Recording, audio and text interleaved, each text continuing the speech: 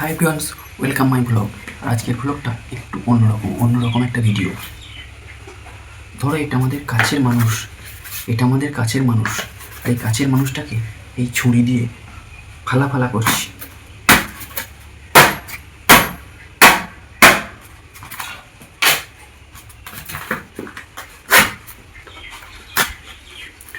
এইভাবে ছুরি দিয়ে ফালা করলাম, আমি ছুরি দিয়ে কাটলাম। এরপরে আমি একটা কাজ করব।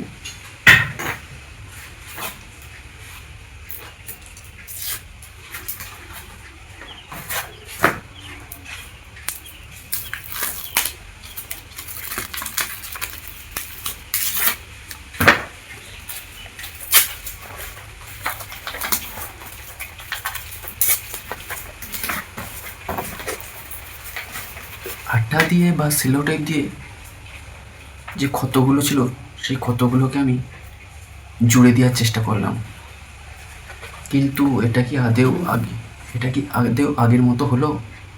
না, এর মধ্যে ক্ষতর একটা দাগ থেকেই গেল, তাই না? আর এটা আমি বলছি একটাই কারণ, কিছু আমাদের কাছের মানুষ আছে যারা তোমাকে প্রত্যেক মুহূর্তে ফালা করছে, প্রত্যেক মুহূর্তে আঘাত করছে, আবার পরে সরি ভুল হয়েছে বলে ক্ষমা চেয়ে নিচ্ছে। ব্যাপারটা ঠিক এরকম হচ্ছে না? আদৌ কি সেই ক্ষতটা কখনো মরছে? মরে না,